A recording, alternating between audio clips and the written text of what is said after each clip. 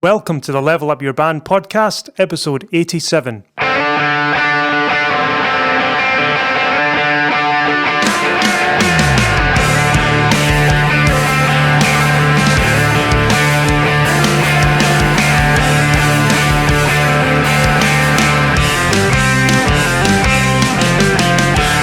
Hello, and welcome back to the Level Up Your Band podcast. My name is Gavin Patterson. I'm with John Pombo. Hey, did you just call me John Pombo? John Pombo. John Pombo. My first son is going to be called John Pombo. That sounds pretty good. Juan Pombo. Because only Hispanic names work with my surname. Anyway. That's true. Just even though it's Portuguese, which... Even though it's Portuguese. Hey, it's still Hispanic. Aye. It's that area. Anyway, totally already going off topic. How are you doing? Aye, I'm fine. Just, put my back out a wee bit. Get enough hit 30 now. I was going to say, that's what... Do you know what I was doing? A lot. What were you doing? I was flicking my hair back and forward by moving my head and put my back out doing it. So, got it put back in, but the muscles are still sore, so I can't lower my head any further than that. Oh my goodness! Regular occurrence. I destroyed my back once when I was like 15, and it was because I moved an amp weird. I moved it badly, and then my lower back was just like, it was so sore. Anyway, it's quite regular. This happens to me quite a lot because I'm tall. But there is a way of sorting it that I do, and it seems to work. So you get somebody with a sledgehammer and then you just pop it back into pretty much, yeah. So like when it goes out, if I stand at a mirror, I'm shaped like an S because it's all out of line, right. And then you get someone to knock it back in, and then you look in the mirror again, and then you stand straight, but the pain's still there. So that was 2 days ago. Right. That happened. Now, if I don't put it back in, I'll be like in pain for a week. But this time tomorrow, I'll probably be back to normal, more or less. But all I was doing was literally just swaying my head back and forward. I see you got a haircut as well. Yeah. Is that why? It's like after... Yes, yeah. After doing that, you were like, Stop I'm going to cut it. I'm going to get rid of it. Honestly, so fragile. Pathetic. Anyhow, right. How are you? I'm doing great. I've been doing a lot of cleaning. Right. That's what I've been up to. Fun. Yes. Clearing out stuff.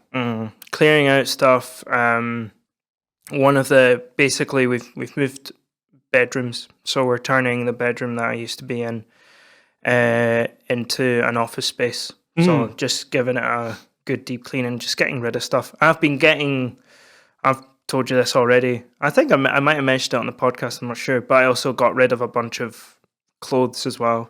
Right.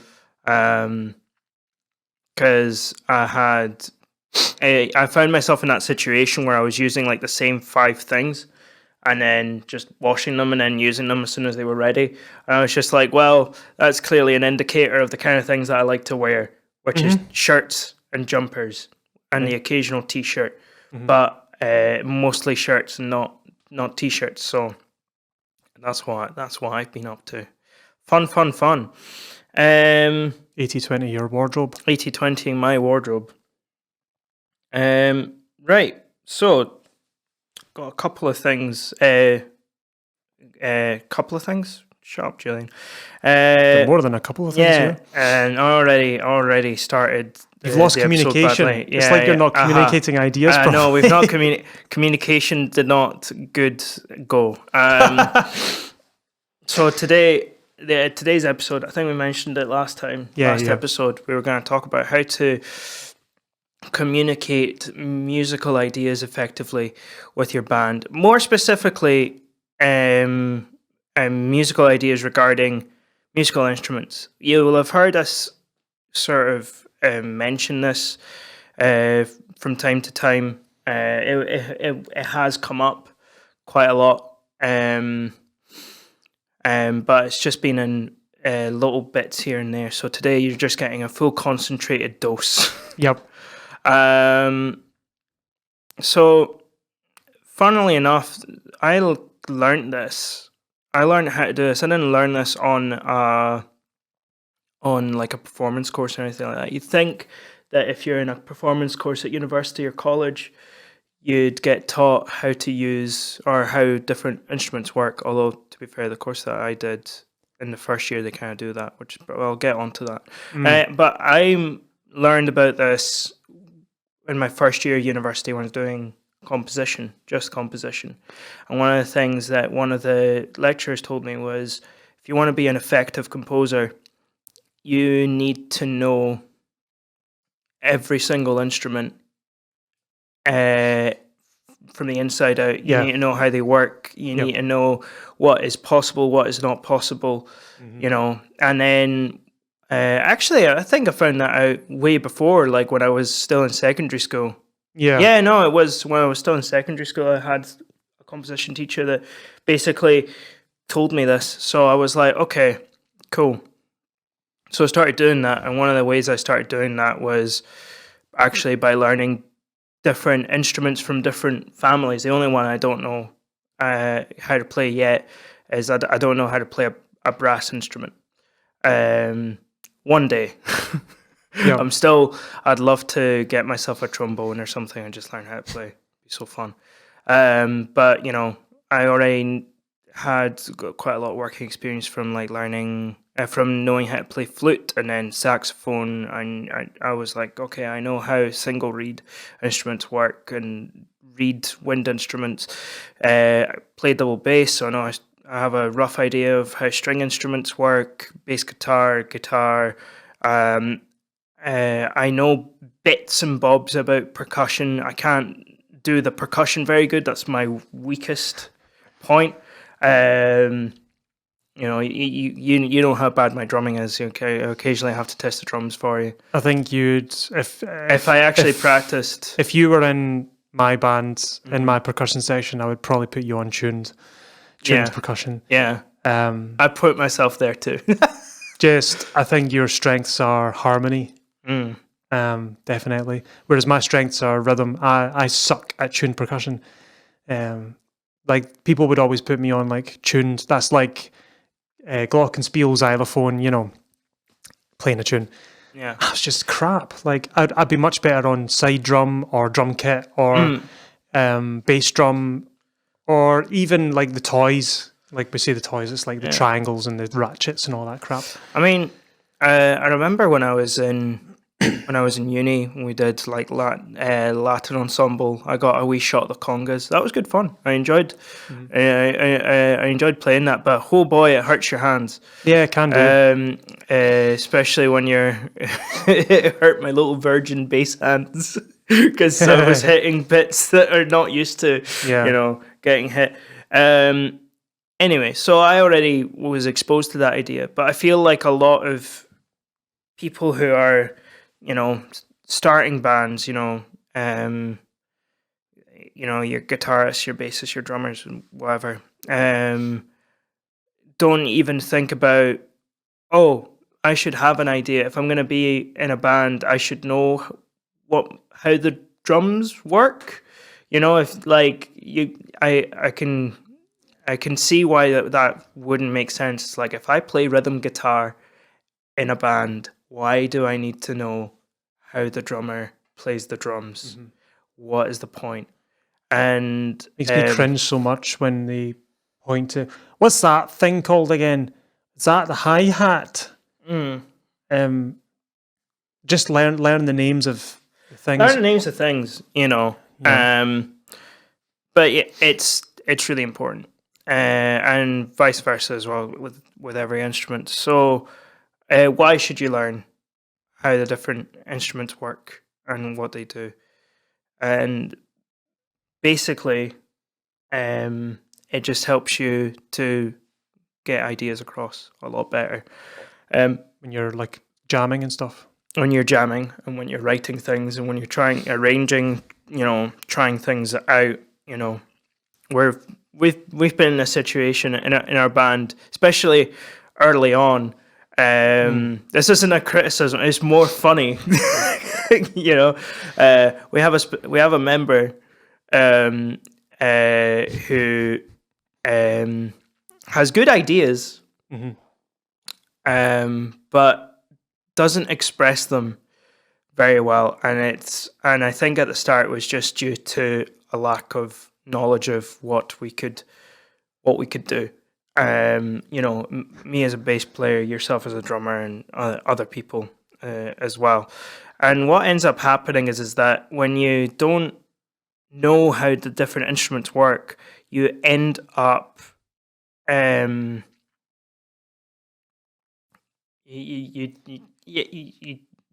end up sort of like winding your way down this really awkward like path where you start using like words that have nothing to do with anything that because your brain's trying its best to sort of like fill in the gaps. You know what you want to say, but you don't know how to say it, so it's just like this, and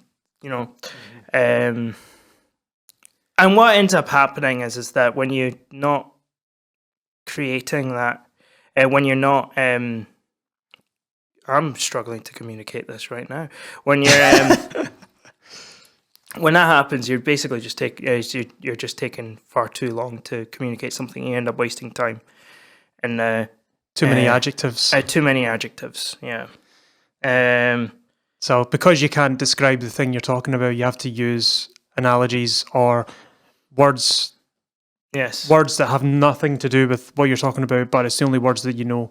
Like more boomy, more chuggy, more sussy, more tinny, more whatever, Exactly. And if you're in that situation, you should just be very upfront with and just say, listen, I don't just be upfront and say, I'm still trying to understand how all this works.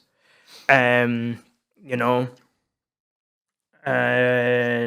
just make it clear that you're not understanding something. And then rather than using really vague words, just be super clear, See, this is the thing I don't get. It's because music school type people and kids that have been to school and done music theory and all that should be told, right, you've just been given a tool, music theory, which is a language and how to understand music.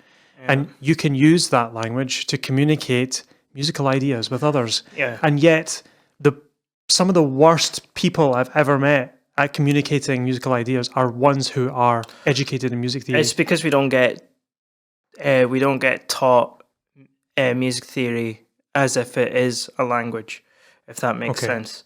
Does that make sense?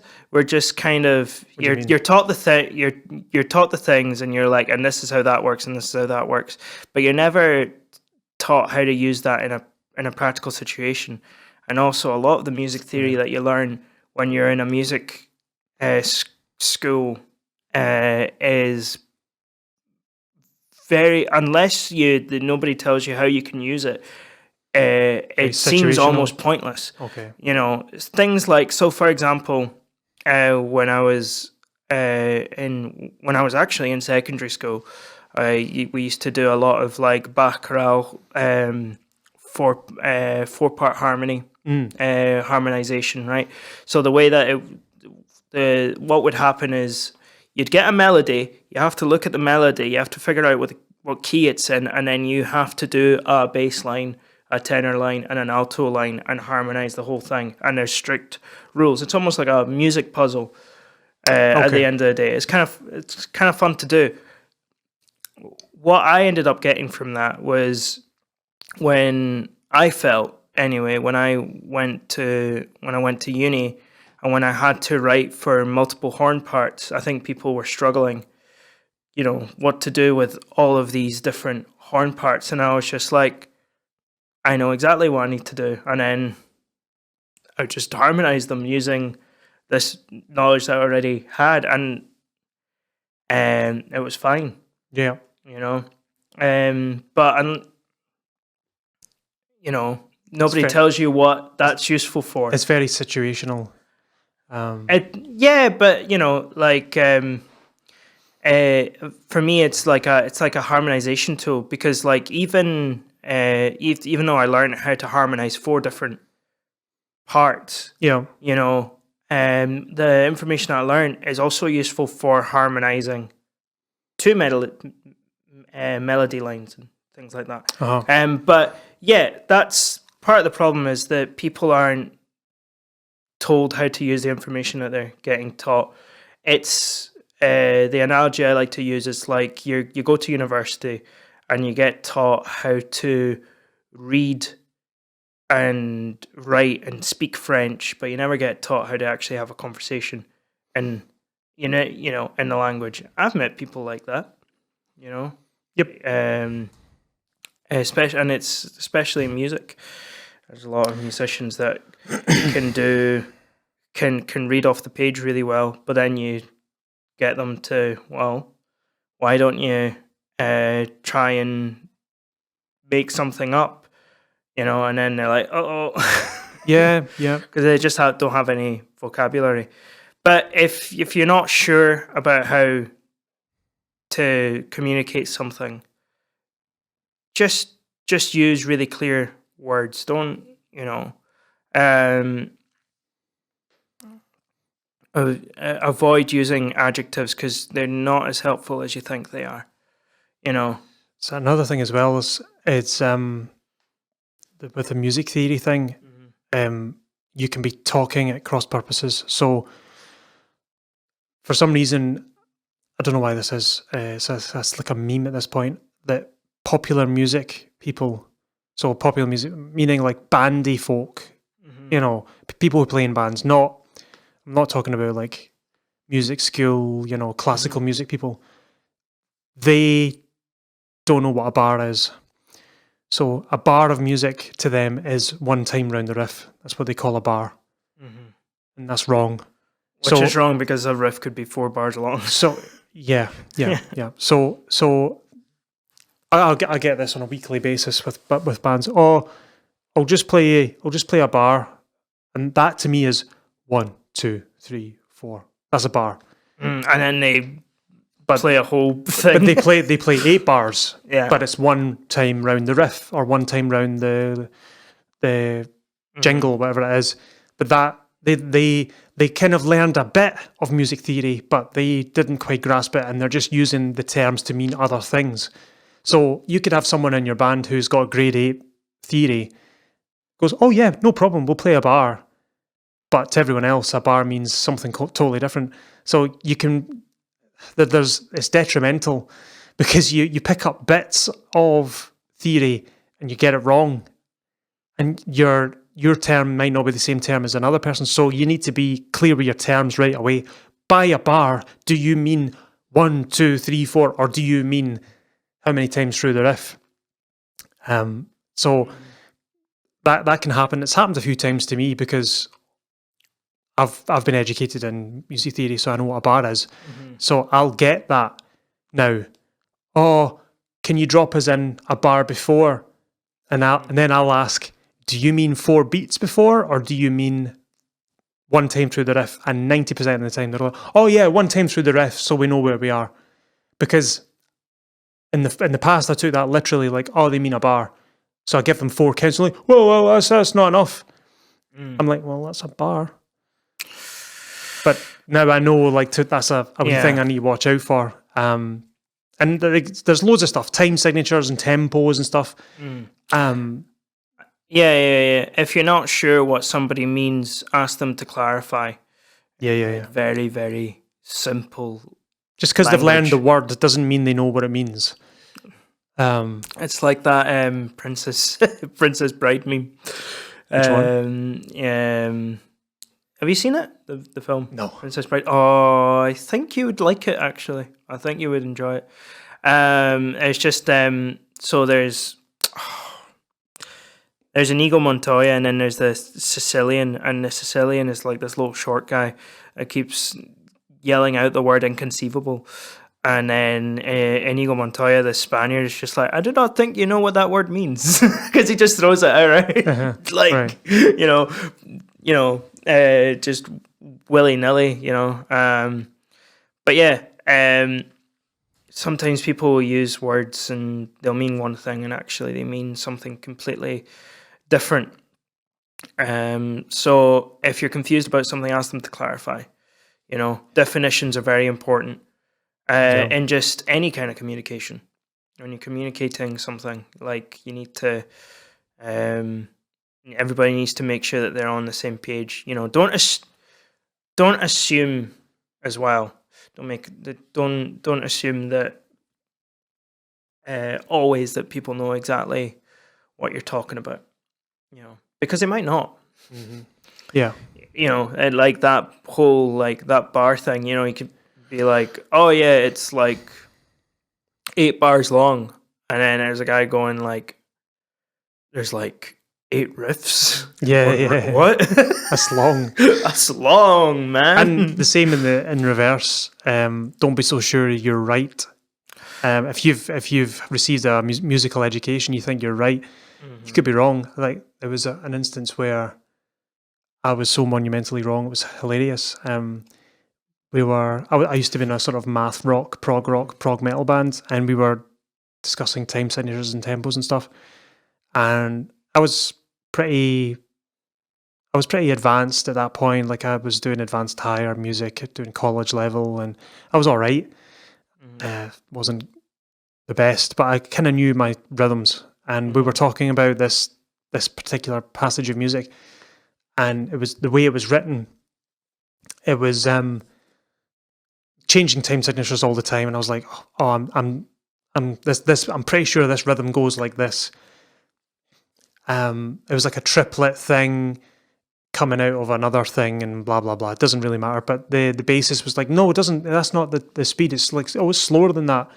I'm like, "No, because it's coming off the back of the blah blah blah." Because I'm my superior knowledge, and the mistake I was making was like I hadn't adjusted my meter because it had gone from compound time to simple time, and I had forgotten that, and I was using the old tempo as if it was still in the blah blah blah. But it was something small, but because I was like, oh, I know more because I'm the drummer. I was just like, no, I'm right immediately without even thinking about what they were saying, and it turned out I was wrong. So I just assumed that everyone else knew less than me, and I was like, oopsies. Don't do that. Yeah. Basically. Because I wasted so much time me arguing that I was right when I was wrong. Yeah. I think we mentioned this. Yeah, I've said this before. If you have like limited knowledge on things, or you don't understand something, just be upfront about it. I think I mentioned that already. Yeah. You don't need to. It's just not embarrassing. It shouldn't be embarrassing. Which leads me on to the next point: is that feelings don't exist in the rehearsal. No, they do. But personal things. So like, there's no need to be. I know you're probably not gonna like the use of this word, but like the rehearsal room should be a safe space, but I'm going to use it in a slightly different way from the way people usually mean by safe space. I'm redefining the term, right? So make sure people are clear on what I'm saying.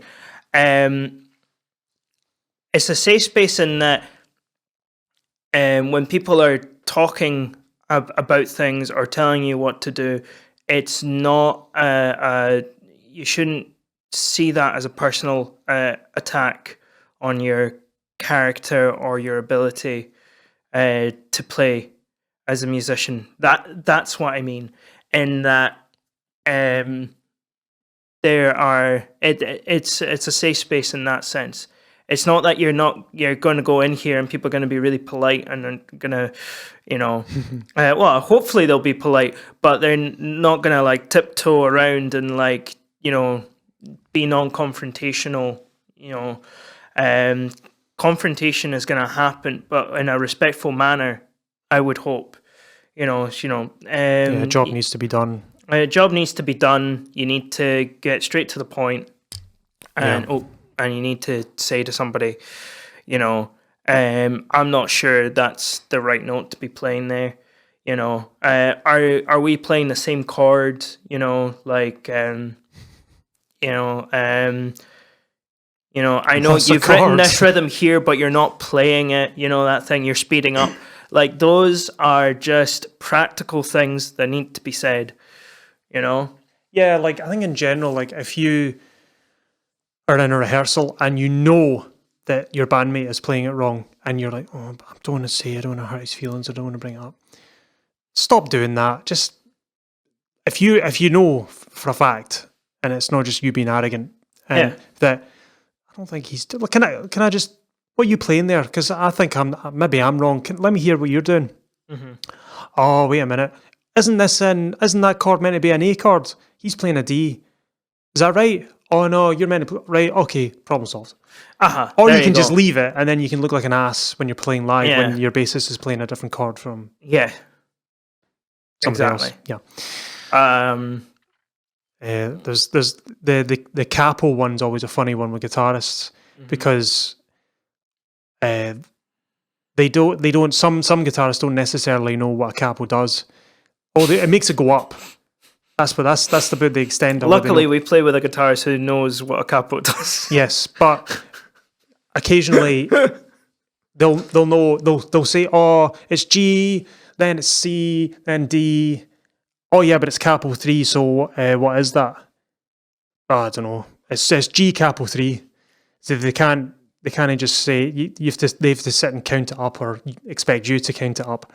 But if you're playing with a capo, you should know I'm playing a G shape, but it's actually whatever, depending on... It's not a G anymore at that It's not a G anymore, yeah. Uh-huh. I had a guy in once. I think I told you this before. This was the worst thing I've ever seen. He tuned his guitar down a half step to E flat instead of E. So E flat, A flat, D flat, etc. And then put the capo on capo 1. So he was just playing the guitar in standard tuning, but with a capo. So he tuned it down. Did they play in like half step tuning a lot? No. He's like, oh, for this song I usually tune down half a step. I was like, oh, cool. Yeah, he's tuned the whole guitar down to E flat, A flat, D flat, G flat, B flat, E flat. Fair enough. Instead of just E, A, D, G, B, D, B, E. Did you tell him? And then he put the capo in capo 1. So, and I said, mate, you're just playing in standard tuning now. You don't need a capo. Just keep it in E. You're playing in E. What do you mean? I was like, well, you're tuning your thing down half a step and then you're raising it up half a step again by putting a capo in capo 1. So you might as well just not tune it down and leave the capo alone and just play the guitar normally. Oh, right.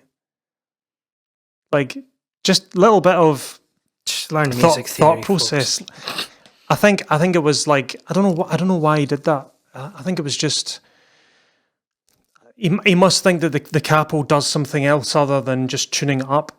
But it was, maybe it gives it a different tone or sound or something. It doesn't. He had seen someone else do it and just thought that's what you do. But he tuned it down and then up. So basically did nothing. Playing an E chord in a different part of the guitar doesn't, like playing that E chord, that one, yeah. Playing it starting on the 3rd fret won't change anything if it's all... Oh, that's a weird one. Yeah, so you need to know your own instrument, because how are you supposed to communicate ideas effectively if you don't even know your own instrument. Actually, that's a good point. That I didn't write down, but yeah, please learn your own instrument as well as learning other people's. Like, you should be really competent on your own instrument. Yeah. Learn all the notes. for a start, guitarist, learn all the notes on your fretboard. And if you're like if you're a guitarist and you're playing bass in a band, like, just, learn what bass does. Don't think, because it's the same and it's not the same. It's like the top four. Or rather the lowest strings of a guitar, an octave below. But the whole thing, you can't play it like a guitar. There's a totally different fingering system and things that you need to learn, and you need to think about the way you're playing totally differently. So yeah, that's a good point. I hadn't thought of that. I was just assuming that people knew how their instruments worked. Oh no, never assume. Never assume. Especially not just your instruments, the peripherals of your instruments, guitar amps and stuff like that. I'm a guitarist that don't know how an amp works. Oh, I just turn it up and it makes a noise. Even the ones that have the big 20 pedal board, 20 pedals on a pedal board thing. Some of that, they don't know how any of they work either. Like, it's not necessarily true that they know exactly how they all work. I always cringe when I go into like a rehearsal studio and then I look at the previous bass player's settings and they've just put the bass all the way up. I'm like, what have you been playing? Because unless it's like dub reggae or something, and I'm not buying this setup at all. And even then, I wouldn't even use that. Like, more bass does not make bass more, like, it doesn't make your bass sound more like bass. It will just make it sound like crap. Yeah, because they're like, I play a bass, and that's the bass knob, so more bass. I'll get rid of all the treble and the mids. No trebles and no mids, just all bass. And then all you hear is... I'm not playing the mid guitar or the treble guitar. I'm playing the bass guitar, so more bass. I'm not playing the gain guitar or the volume guitar. Yeah. Why is it not making sound? Oh no.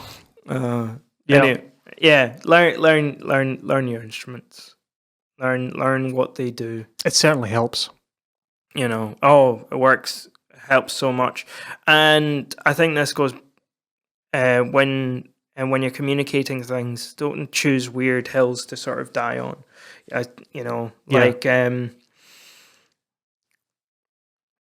Let's say you have you're like writing a song, right? And your drummer is listening to like maybe like the rhythm guitar or something. You got like a clean rhythm guitar kind of thing going on. And then your drummer goes, you know what? I've been listening to that rhythm guitar part, and I think it would sound really, really cool with like a flanger on it, just to give it that sort of chorusy kind of effect. But your rhythm guitarist has a deep prejudice for flangers, and you don't understand where it's coming from, and they're just like, no, I'm not going to use it. Don't. Like, it's just don't let little things like that sort of like feed into the creative impede rather the creative process. You should be willing to try different things out. Here's an example from my personal experience. I've changed my philosophy on bass playing, and playing in bands has changed so much, and my playing has changed a lot because of it. I was one of those guys that was like, if you play with a pick, you're not playing bass. So stupid. It's so dumb. It's like, because you play bass with the fingers. It's all about the fingers. That's how you get the best tone. It's more efficient. It's not. actually, might I add. Depends what you're playing. It depends what you're playing. If you want it to sound bassier, play with your fingers. Like any time I'm recording anyone, if I want a more aggressive driving tone, I'll make them play with a plectrum. But if I want a nice warm, fat, thumpy, funky sound, play with your fingers. It's got a better tone for that kind of thing. If you're playing funky stuff, play with your fingers. If you're playing rocky stuff, you can play with a pick. Although I think if you're wanting that sort of thumpy thing, there's all sorts of things you can try. You know, like there's a bass player that I really like called what's his name, Bobby Vega, and he plays loads of funk stuff. He plays fingers and pick, but his like funk bass grooves for the pick are so good because the thing you get with a pick is that sort of the pick kind of click, you know, and it helps to sort of drive the sort of backbeat. Anyway, be willing to try things, even if you're, for some reason, you're like, you've decided beforehand, oh, that's stupid, that's never going to work. Try it out anyway. It's this whole thing that we've been saying. It's just like be willing to be just wrong. Yeah, I mean, I've been in bands for years, and there's some stupid ideas. Well, I thought there were stupid ideas that I've tried, and ended up going with it. Like, oh, why don't we try and put this like a weird flange effect on, and then you think, nah, that's gonna be crap. Oh, fine, we'll try it. Actually, that's pretty cool. Yeah. Or let's put like an insane amount of reverb on the toms for that bridge bit. Okay, if you want to be like 80s, am I right? And then you put it on, it's like, oh my god, that's amazing. Yeah. Just exactly. don't be like, oh, I have a conception in my head. Oh, I don't want my drums to sound like David Bowie, or I don't want, my guitar tone to sound like that, because that's something that I associate with something else. Yeah. And exactly. And then you try it and it's like, actually, no, that's pretty cool. Or you're right, it is crap. Move on. Yeah, exactly. Like, like you're gonna spend less time arguing and more time just getting things done with that kind of mindset. Because the last thing you want to do is like be in like an argument in a rehearsal studio where you're like, no, that's gonna sound bad, and the other person's like, no, it will sound good, and then you're like, no, it'll sound bad, and it's this stupid back and forth that is just pick a thing, completely pointless. Try it, pick it, try it honestly. Don't have heart to fine, do it. I'm doing this just because you want it. Actually try it. Like, don't be a child. Because if it's going to be good, then great, good. We've tried it and it's good. Yeah. Why is that a bad thing? Yeah, exactly. Like if you try it sincerely and it's still crap, then you throw it out. It's this whole matter of like, it's this whole pride and ego that people have, when you checked your feelings out the door, check your ego out as well, because that's it just shouldn't be there, Yep. Anyway, I'm trying to rack my brains to see if there's anything else, but I think that's more or less. I think just the thing that sprung to mind was the chord thing. So when I've heard this come out of the mouths of several musicians, is, I don't really know all the chord names and stuff. Just show me the shape, I'll know what it is. But they don't necessarily know the names. Learn the names, please. Yeah, that's another part of like learning your instrument. There's a guy I know who's a phenomenal guitarist, by the way, but has no concept of theory whatsoever. But if you say, "Oh, can you play a solo in A?" "Oh, I don't know what that is, mate." And then you're like, bring this one. Oh, I need bother. Amazing. Right? Can play a perfect solo. But he needs to be shown like the shape he's playing over. And he needs to hear it. And he needs to hear it, and then he'll know what it is. But if you say, oh, it's C sharp minor, he'll be like, what's that? Don't know. But when he's in a band, playing along and jamming along, it's fine because he uses his ear. But in a recording context or in a rehearsal context where they're like, oh, can you play like a blues sort of solo in D? No idea. No idea what it is. They would need to hear it. Now, there's only... How many notes are there? Not that many. You can 13. learn. You can learn. Not even that. 12. 12. It's 12. There's 12 notes. 13. You end up repeating the one that you started at. Exactly. So there's only 12 notes, which means there's only 12 keys. Keys that you need to care about. Classical Indian musicians have just started knocking at your door going, actually. Well, you don't live in India, Julian. Yes, I don't know any Indian chords or scales. No. And if half sharps and we've just turned off all flats the Indian traditional bands now that listen to the podcast. They're like, nope, 1 out of 10. So yeah, just learn what chords are and try and associate the shapes that you make with your fingers to actual tangible chord names. Yeah. It would help a lot. Mm-hmm. I can't believe that there's still folk like that playing gigs. It's mental. My mum's one of them, actually. My mum can play loads of guitar chords but doesn't know the name of any of them. She knows which ones fit together. She knows what ones don't work and which ones do work. It's way more fun when you know which ones fit together and then you purposefully try to play ones that, and this is the thing about knowing more about your instrument, like it allows you to get out of like ruts and like cyclical things that you just keep doing over and over again. You mean like songwriting? Yeah, songwriting and stuff. Yeah, use chords because then you can put chords that no sane man would put together, but then you put them together and you're like, oh, and you join it up with a melody that kind of links it. Mm-hmm. Yeah, I wish I could do that. I'd love to be able to do that. So it's like weird modulating key changes and stuff, different chords to different chords.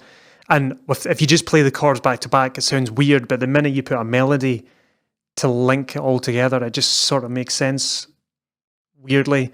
If you can do that effectively, you won't even notice the key change or the modulation. But I think that's something I really admire, and because I'm not a songwriter, but whenever I see like an obvious modulation and it's tied really neatly together and feels natural because the melody's so sound. Mm-hmm. See it a lot in jazz fusion-y type stuff. Yeah.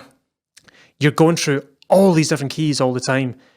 And it doesn't feel like you are because in a lot of jazz standards, you're probably, like it'll be in one key, but like you're going through like so many different tonal like key centers and things like that. Yeah, I love that because it feels like the key stays the same, but it feels like you're in a different key every other bar. Mm-hmm. But it's not because it's all linked cohesively from one chord to the next via a melody. It's just genius. I wish I had that talent, but I don't know. I think that's a total other talent that I think you need to be born with partially. I don't know. It's a thing you need to have instinctively. I just learned it. You have it instinctively. Okay. Oh, definitely. Because your intuition is there. I don't have an intuition like that. I can know what's good and bad, but to know where to go next, I have no clue. But I can tell you if you give me something, I'll be able to critique it all day long. But you tell me where that thing's going to go next, or ask me where do you think this should go next. That's where I start to get lost. Like trying to. It's something something that I really admire in folk. Anyway, different thing. Cool. So, to sum up this episode, Yeah. make sure the terms that you're using are clear and clarify what you mean when you're saying certain things. Learn your instrument, learn other people's instruments so you can communicate ideas properly to people. Yeah. And don't get annoyed or upset when people tell you to try things or not do something that you were doing. Just try it. Just do it. Cool. Just do it. Just do it. Nike.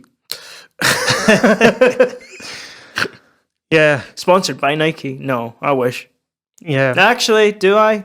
No. No. Not really. There you go. That's the Nike sponsorship gone. I don't actually own a single Nike product. I owned some shoes once and they were terrible. Never again. Nike. Is it? Are those the ones that do like Air Max trainers and stuff? Yeah. Yeah, I used to have them when I was a kid, but yeah. No, they just can't use them. They just get wrecked super quick. Right. That's a different podcast. How to level up your shoes. Yeah. Oh, I've got drumming shoes, by the way, for you drummers out there. I was at a wedding the other week there, and the photographer at the wedding was like, "Oh, nice shoes." I was like, "Oh yeah, cheers. They're drumming shoes." And they were like, "What? That's a thing?" I was like, "Yeah, because you can't play in boots. Like I've got big, nice shiny black shoes, boots things for weddings." And I was like, I can't play in those big things because, the toe's all wrong. It's really hard. I can't feel the pedal. There's no flexibility. I've got no flexibility. You can't drum in these. No, they're basically way. just welly boots. Yeah. Like, and they were like, "Oh, I hadn't even give that a thought." I was like, "Well, it's like trying to play guitar with gloves on. It's impossible." Yeah. Or trying to do sewing with rubber gloves or something that requires precision. Yeah, and they were just blown away by that.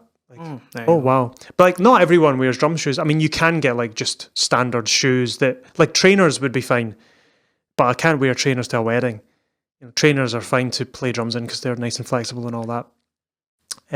Even just, I don't know, normal shoes, but these are fancy shoes that I wear to weddings in, and I can't play drums in them. So I've got actual purpose-made drum shoes. There you go. So yeah, that's another thing you should learn about. And she was like, "Well, you learn something every day." And maybe next time she sees a drummer, she might go, "Hey, do you have drumming shoes? Because I've heard that that's a thing." And they'll go, "No, of course not. That's only weirdos that do that." That's the tryhards that do that. Yeah. Anyway, next episode, we've touched on this kind of lightly before in the past. There was a good episode that we did ages and ages and ages ago about how mental health affects musicians. Specifically, I thought that was quite a good one. And there was loads of resources and things for you to check out there if you are dealing with that kind of thing. But next week's episode is going to be about dealing with burnout, not the video game series, but I think we all know what we mean by burnout. It's a very it's a problem that our generation seems to be dealing with, and the next generation along as well, Gen Zs, are dealing with quite a lot. Yeah. And it crops up a lot, so we'll be kind of talking about that next week and sort of how to deal with it and where it comes from too. Cool. Righty. Interesting. So that's it's a good episode. If you enjoyed that, please leave us a rating, 5-star rating, of course, no less, unless it offers 10 stars, then give us 10 stars. Yes. Or 100 stars, or just If it says 3 stars, give us 5 stars. I don't know. Does anybody do a 3-star rating?